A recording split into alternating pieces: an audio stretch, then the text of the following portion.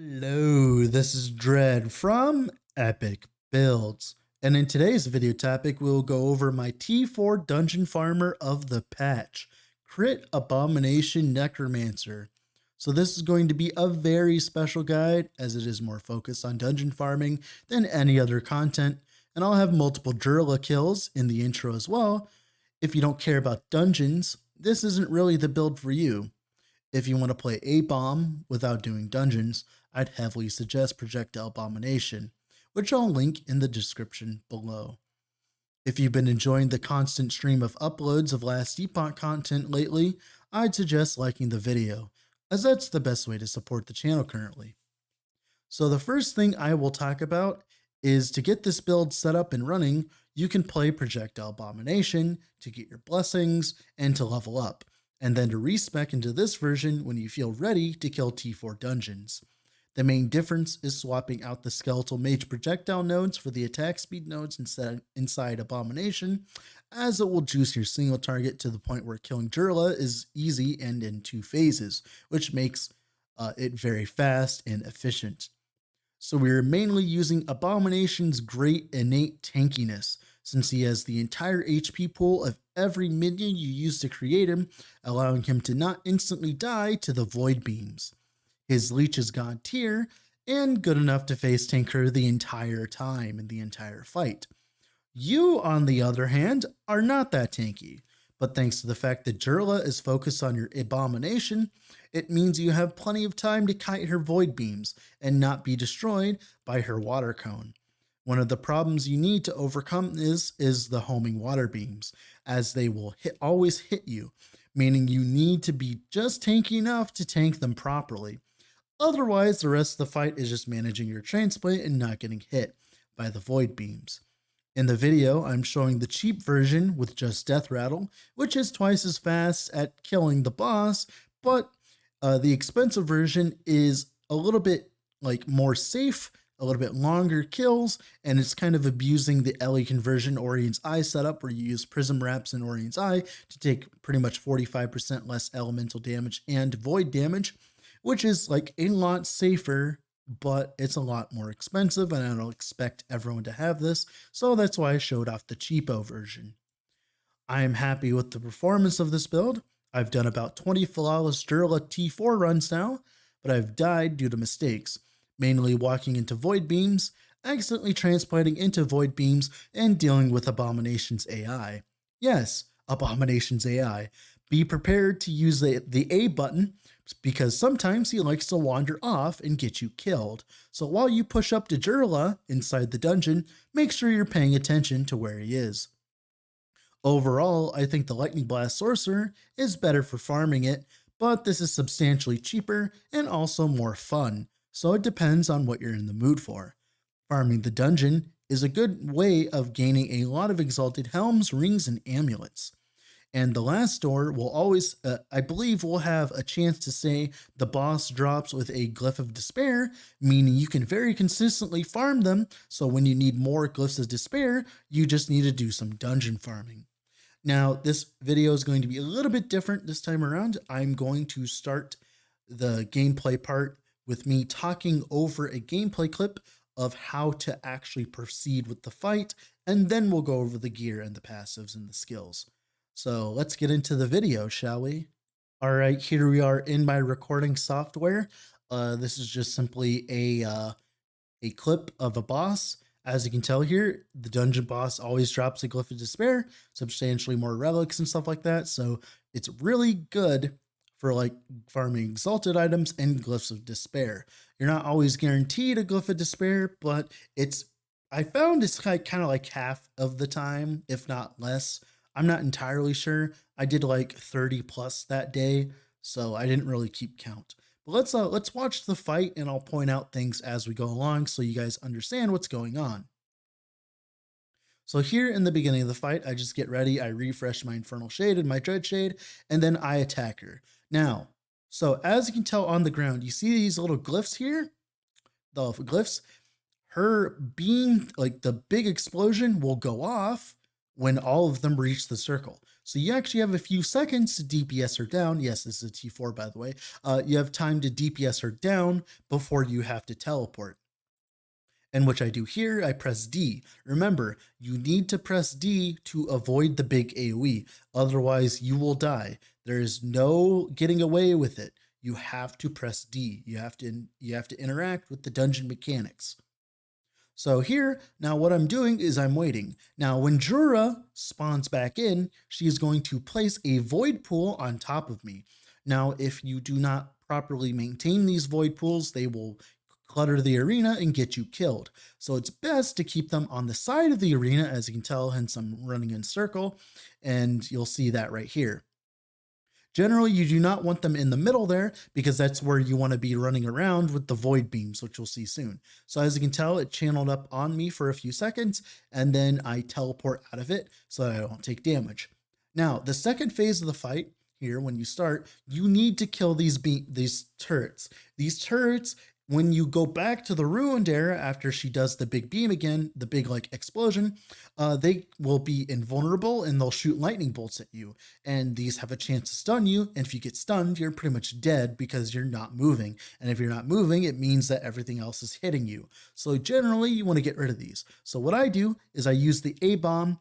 The A function, I click A on the tower and he'll go and kill it for me. And I do that and proceed for 3 towers. So generally this stage, you don't want to kill her, you want to kill the towers. So that's what I do here. So A-bomb goes around, he's pretty responsive. Now that AoE right there, this water AoE, pretty much will always one-shot you. So do not step in that. As you can tell though, as I'm going through, I press A, and then now, what you want to do is this little channel between these two void beams. Let me, there you go, this little thing. Just think of this as a circle around the boss that you are only ever allowed to go.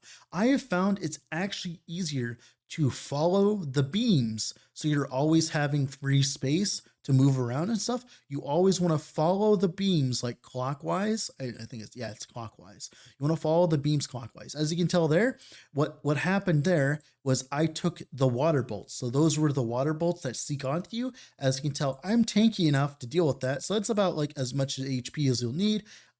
You'll need a little bit, you'll pretty much need a little bit less than that, what I have right now. But as you can tell, I blocked one and took like 1800 damage. So generally, you're going to take a lot of damage. So being able to tank these water bolts is the most important thing about the fight, because if you're not, then you're just going to die.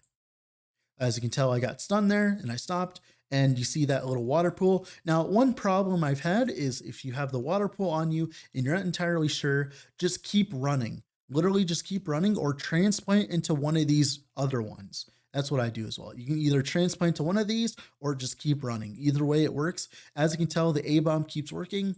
I let him hack at her for a little bit, and then I teleport. Same process applies here. You just want to stay outside of the circle. You don't want to get hit at all. You want her to spawn and spawn her little void pool on the outside, as you can tell there. And then now you just go into the DPS phase and you just let your A-bomb do all the work. As you can tell, he does a ridiculous amount of damage, and you could easily have half this DPS and be completely fine. As you can tell there, I was streaming on Twitch, twitch.tv, Epic Builds YouTube, by the way. But yeah, and that was a pretty good kill. Dropped a rune of Glyph of Despair and did fine. I have died a few times.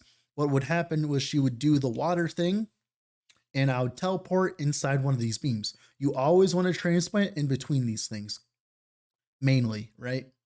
You don't want to transplant anywhere else. And that's pretty much it for the Maven fight.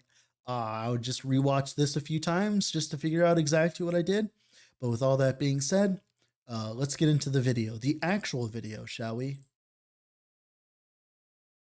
All right, here we are in game with the build. So the first thing I'm going to show off is how to actually summon your abomination. So the way I summon the abomination is I just simply summon all of my skeleton mages, which is 5 in total. You want to make sure you have one of each so you get the more percentage damage per different type of skeleton. Then summon the summoned skeletons 3 times, and then you'll be at your max capacity. Now, you might be able to have more if you have more plus to skeleton gear. You could run the skeleton plus rings as well, technically, if you have the legendary setups of those, and they're fine. But this is about as many as you're usually expecting. Then, of course, we summon our abomination. Now we do have some skeleton recast chance, which gives us some chance to actually get some extra skeletons, as you can tell there. Gave us a few extra skeletons in the end. But now what we do is, since your Abomination is summoned and he is pretty much immortal, like I never had him die ever, like once. So I can actually swap to transplant. It'll kill all the skeletons, which you don't want the extra ones. And then you can pretty much just place Infernal Shade and that on him and he'll be completely fine. As you can tell, he does a lot of damage. Yeah, obviously not as much as some of my friends' setups do, but that's enough to kill Jurla very, very quickly. And that's why this is so strong. Now, one thing to note, Infernal Shade, you do need to refresh it sometimes, otherwise it will eventually kill him. You see that red ticking number? That's your Infernal Shade. If you don't remember to redo Infernal Shade, you'll eventually kill him. Now, your Dread Shade has a 40 seconds duration and like on a 18-second cooldown, but it doesn't matter because it doesn't kill him, so you don't have to like re-up it all the time, so you can just hold right click and be fine on that. Now, in the dungeon itself, he has pretty bad AI. You need to be paying attention to what he's doing because odds are he might try to run off, because what happens is the dungeon itself is in one big cell, right? This is how developers do these kind of things. So the void dungeon is like on the same level as the Majasa dungeon, but they're in like different parts of the map, So if you press D, right, and then go to the other part, he will try to aggro on the mobs that were in the past, which is just on the other side of the cell of like the zone, like the instance. So you need to be very careful when you press D, because he can either aggro on enemies, get stuck constantly, or other stuff like that. Now, obviously, this is all fixed just by pressing A bunch of times, and he's fine. It's just you need to be aware of that. Otherwise, you will spawn in, not have your A-bomb up, and he'll walk away, and you'll die. So you definitely need your A-bomb to be your bodyguard. You are the squishy one. He is the tank. You just play it like that, and you're completely fine. It is a little slow pushing through monos, but it is very safe as long as your A-bomb's actually, killing stuff. But yeah, with that being said, let's get into the skills, shall we? So for Assemble Abomination, the only difference between this build and Projectile Abomination, which is the one I uploaded a few weeks ago, where it's best for monolith grinding and it was like 400 corruption viable, is to simply take the 3 nodes out of Death in the Family and distribute it between Quick and the Dead and all this, and of course Frightful Feast and Corrupt Plate, which will make it so that your Abomination has a projectile attack, which uses a cooldown. If you want to see that version and play that version until you're ready for this version with investment, I will leave a link to that in the description. But like I said, this is the other version. If you've already been playing that version, transferring to this version is very easy. You just drop the mage stuff and then go into the attack speed so that, as you can tell, he attacks much faster with that. So you definitely want that. So yeah, that's the only difference, but I will still explain everything. 3 points into Domination Travel, 24% more damage is nice. 1 point into Age of Undeath. This makes it so you can only consume skeletons and skeletal mages. You cannot consume skeletal vanguards. It's one thing that sucks about this node, but it's fine. And it means that your Abomination is immortal, and you don't want to be summoning any other extra minions as well. Then 5 points into Engorgement. You deal more damage for each minion consumed to create it. We're like getting like 13 minions, so this is a lot of percentage more damage. Then 5 points to Epicurean, which gives you more damage per type, which is like, I think, 5-6 types. And of course, get increased attack speed when you at least consume 5 types of minions, which thanks to our setup is more than enough to work. And of course, 2 points travel into Fractured End. Your Abomination never dies, so this never is a problem. Then 4 points into Quick and the Dead. If you had extra points, you would fill out all these more damage modifiers, and you'd be good to go. You don't need the increased area because you're only using this for Jurla anyways, so you don't necessarily need like all the area. You just want as much more percentage damage as possible. If you actually end up getting +2 to A-Bomb, like an extra +2 skill somewhere, you could actually put into Corrupt Prolate and Frightful Feast and also have the projectiles as well. But the problem is then you need to run minion cooldown recovery speed idols, which of course that guy talks over about. So yeah, that's pretty much it for Abomination. Now for Dread Shade, this is your stereotypical Dread Shade setup for a singular minion, but I'll go through it real quick. 4 points into Lingering Doom for the flat necrotic. You want as much flat damage as possible to buff up your minions' attacks. Then 1 point all for one. You don't care about the buff. 60% more damage is nice. Then 1 point into Egoism, so we always crit. Now you must be wondering, why are we not grabbing Doomed Wrath, which gives us like 45% more damage with Abomination?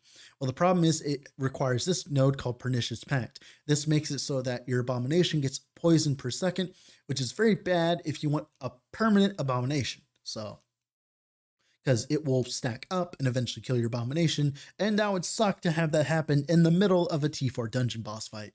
So yeah, you definitely don't want to do that. Then 1 point into Blind Fury for increased attack speed, so he whacks even faster, because you want as much DPS as possible. 2 points travel into Spectral Presence, 1 point into Lone Watcher. Oof, sorry about that. 1 point into Lone Watcher, so it no longer drains health, so it's infinite.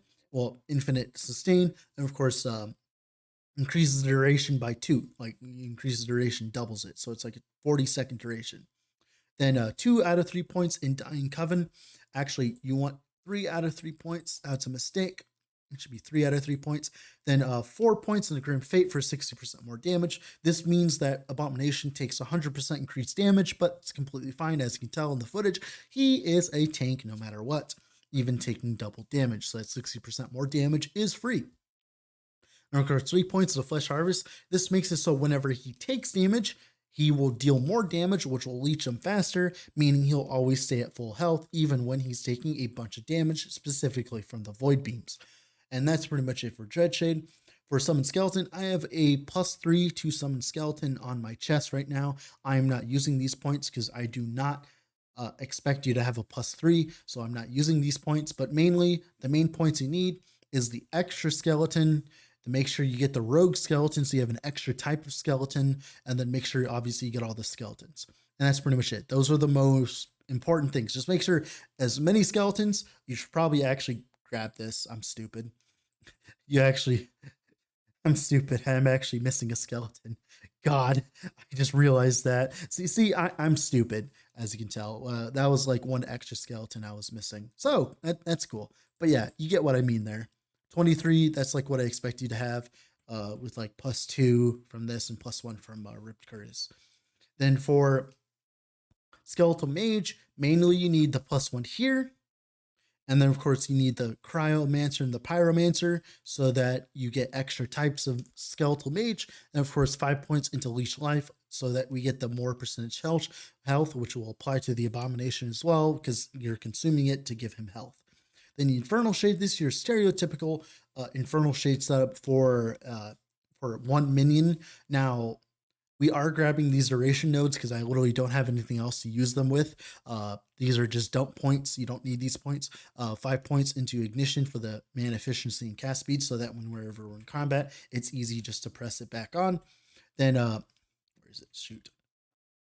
Then 3 points travel into Influence. 1 point into Devour and Flame so that it attaches to our minions. 1 point into Burn Trail so we always have haste. 1 point into Subjugation, which this is the thing that will increase damage per second, which will eventually kill our Abomination. But like I said, as long as you refresh the Infernal Shade, you're completely fine.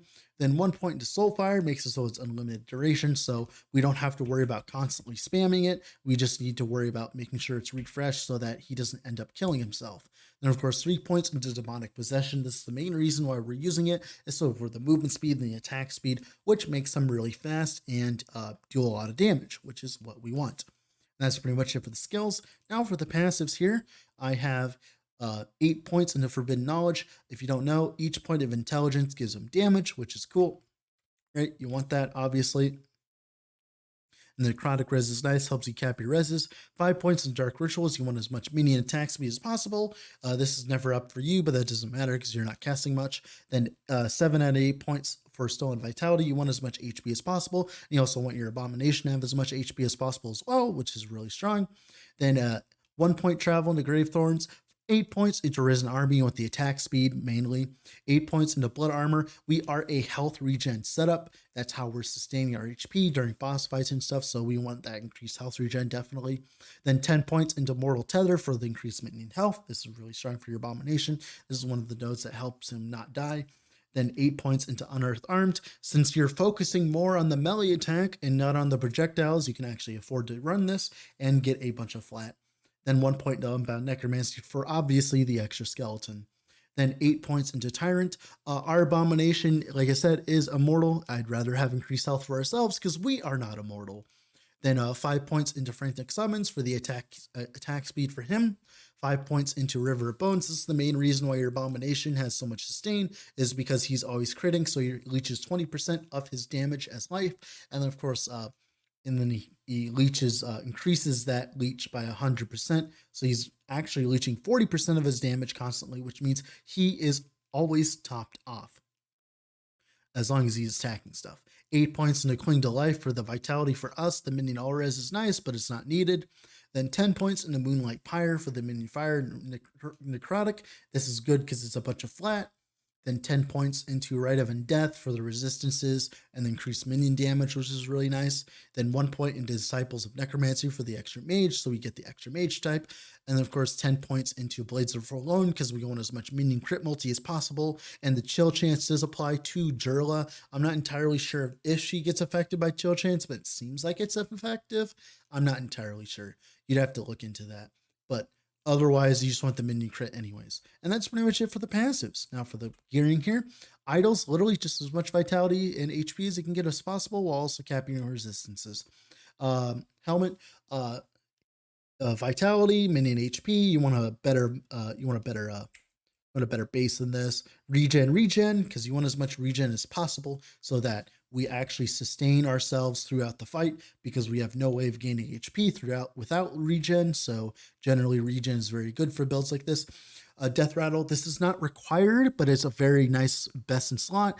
Your minions take 28% increased damage. This is only additive to the Dread Shade modifier. Same thing with the other one inside the passive tree for Acolyte. So this isn't even that bad. And as you can tell, our Abomination's tanky as fuck anyways, as long as you're not, Infernal Shading him to death.